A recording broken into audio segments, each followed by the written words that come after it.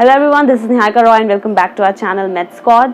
तो आज के हमारे इस वीडियो में हम बात करने वाले हैं मेंटल इलनेस के बारे में। जैसा कि आपको थंबनेल देख के पता चल गया होगा कि आज मैं मेरे इस वीडियो में आपको 6 साइंस के बारे में बताऊंगी, जिससे कि आपको ये पता चलेगा कि आपका जो मेंटल हेल्थ है वो डिक्लाइन हो रहा है। जैसा कि हम सब जानते हैं कि 21st सेंचुरी का सबसे ज़्यादा ग्रोइंग इशू मेंटल इलनेस, और इस टॉपिक को तो हम स्किप बिल्कुल भी नहीं कर सकते थे। एक रिसर्च के मुताबिक पता चला है कि 19% of adult population is suffering from mental illness. 5 में से हर एक बच्चा मेंटल इलनेस का शिकार है, और अगर इसे सही समय पे सही टाइम पे ठीक नहीं किया गया तो आगे चल के ये बहुत बड़ा एक सीरियस इशू क्रिएट कर सकता है। The first point is disrupted sleeping. Disrupted sleeping is a red flag, यानी कि ये सबसे बड़ा साइन और सबसे पहला साइन है दैट आप डिप्रेशन में हैं और आप एंजाइटी में हैं। सोने के बहुत सारे पैटर्न्स होते हैं। पहला ये कि हम जब सोने जाते हैं तो हमें नींद नहीं आता है, that is also called disrupted sleep, कि आप सोने जा रहे हो और आप सो नहीं पा रहे हो। या फिर there is a one word, early morning awakening. इसमें क्या होता है कि अगर आप एक बार सो गए तो आप ज़्यादा समय तक नहीं सो सकते हो और आपकी नींद बहुत जल्दी खुल जाती है, और जब आप एक बार उठ जाते हो तो वापस से दोबारा सोने जाना आपके लिए बहुत मुश्किल होता है। फ्रीक्वेंट ओवर स्लीपिंग, ये भी एक रीज़न है जिससे कि पता चलता है कि you are in a depression और एंजाइटी और आपका मेंटल हेल्थ सही नहीं है। क्योंकि अगर आप बहुत ज़्यादा सो रहे हैं इसका मतलब आपका बॉडी बहुत ज़्यादा थक गया है और वो इसके आगे कुछ नहीं कर सकता है। So there is no any other option कि आप कुछ करें, आपको बस सोना है। सेकेंड पॉइंट इज इरिटेबिलिटी और being more emotional than usual. इस केस में जो पर्सन है वो बहुत जल्दी फ्रस्ट्रेट हो जाता है, बहुत इरिटेट हो जाता है, बहुत एंगर इश्यूज होते हैं, बहुत जल्दी गुस्सा आ जाना, या फिर उनका जो मूड स्विंग्स होता है ना, that is mood swing fly from one extreme to other. मतलब इतना ज़्यादा मूड स्विंग होना और इन सब चीज़ों का होना, दैट इज़ कि वो इंसान डिप्रेस्ड है या फिर एंशियस है। डिप्रेस्ड और एंशियस लोगों में ये चीज़ होता है कि वो अपने थॉट्स एंड फीलिंग्स को सेल्फ रेगुलेट नहीं कर सकते हैं, and that is the reason which is why usual days से या यूजुअली जैसे लोग इमोशनल हो जाते हैं वो उससे ज़्यादा होते हैं, उससे ज़्यादा सेंसिटिव हो जाते हैं वो लोग, क्योंकि उनमें वो क्षमता नहीं होती है कि वो अपने थॉट्स को रेगुलेट करे, अपने फीलिंग्स को रेगुलेट करे। Now the third point is loss of Joy.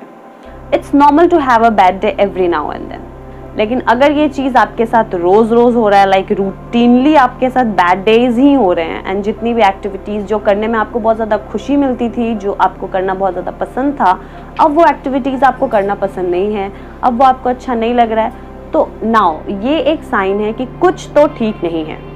जैसे फॉर एग्जांपल मैं आपको बता दूं, आपको गिटार बजाना बहुत पसंद है, लेकिन इस पॉइंट पे आप बहुत अनइंटरेस्टेड फील कर रहे हैं, लाइक आपको गिटार बजाना भी पसंद नहीं आ रहा है।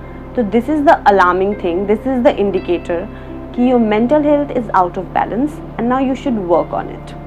Now the fourth point is change in appetite. Well, depression and anxiety, आप कितना खा रहे हो नहीं खा रहे हो, इसमें बहुत तरीके से आपके लाइफ में रोल प्ले करता है। बहुत सारे केसेस में होता है कि भूख नहीं लगती, खाने का मन नहीं करता है और एनर्जी नहीं होती है कि खाना खाएं, तो वो नहीं खाते हैं। एंड बहुत सारे केसेस में ऐसा होता है कि स्ट्रेस की वजह से लोग ओवर ईटिंग करते हैं। ओवर ईटिंग इसलिए करते हैं ताकि उनका जो डिप्रेसिंग थॉट्स है ना, उससे उनको थोड़ी देर के लिए, यानी कि टेम्पररी उनको रिलीफ मिले, बिकॉज जो उनको पसंद आ रहा है अगर वो खा लेते हैं तो उनके मन को एक शांति मिलती है, बट वो शांति थोड़ी देर के लिए ही होती है।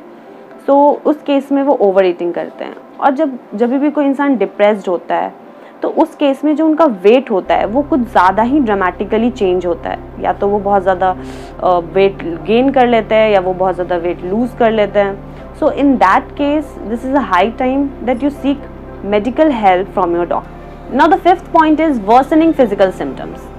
डिप्रेशन एंड एंजाइटी में रह रहे लोगों के फिजिकली उनके अंदर बहुत से साइड इफेक्ट्स होते हैं, and that is sweating, rapid heart rate, dizziness, gastrointestinal symptoms and headache. अगर ये फिजिकल सिम्टम्स सडनली आए बिना किसी मेडिकल कॉज के, तो ये तो बिल्कुल ही रीज़न है कि यू आर डिप्रेस्ड, आप डिप्रेशन में हो, आपका मेंटल हेल्थ सही नहीं है। बिकॉज बिना किसी मेडिकल कॉज के अचानक से ये सारी सिम्टम्स होने लग जाएं, that means you are not good, your mental health is declining. Now the sixth point is low energy. Fatigue feel करना, थका हुआ फील करना और बिल्कुल भी कॉन्सेंट्रेटेड फील नहीं करना, बहुत ही लेथार्जिक फील करना, ये सब उन लोगों में बहुत ही ज़्यादा कॉमन है जो अपने मेंटल हेल्थ से डील कर रहे हैं।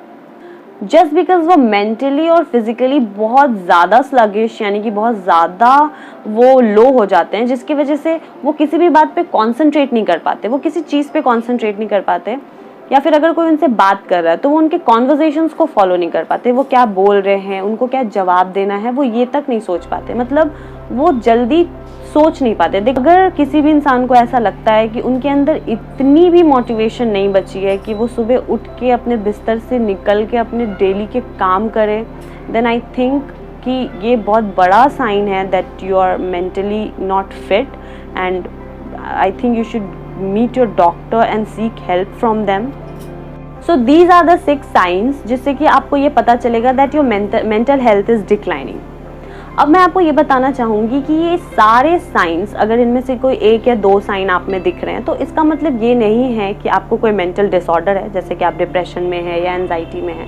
लेकिन हाँ, इसका ये मतलब ज़रूर है कि आप जो अपने डे टू डे लाइफ में रूटीन फॉलो कर रहे हैं उसमें कुछ थोड़ा सा ऐसा चेंजेस लाइए जिससे कि आपके लाइफ में थोड़ा रिफ्रेशमेंट आए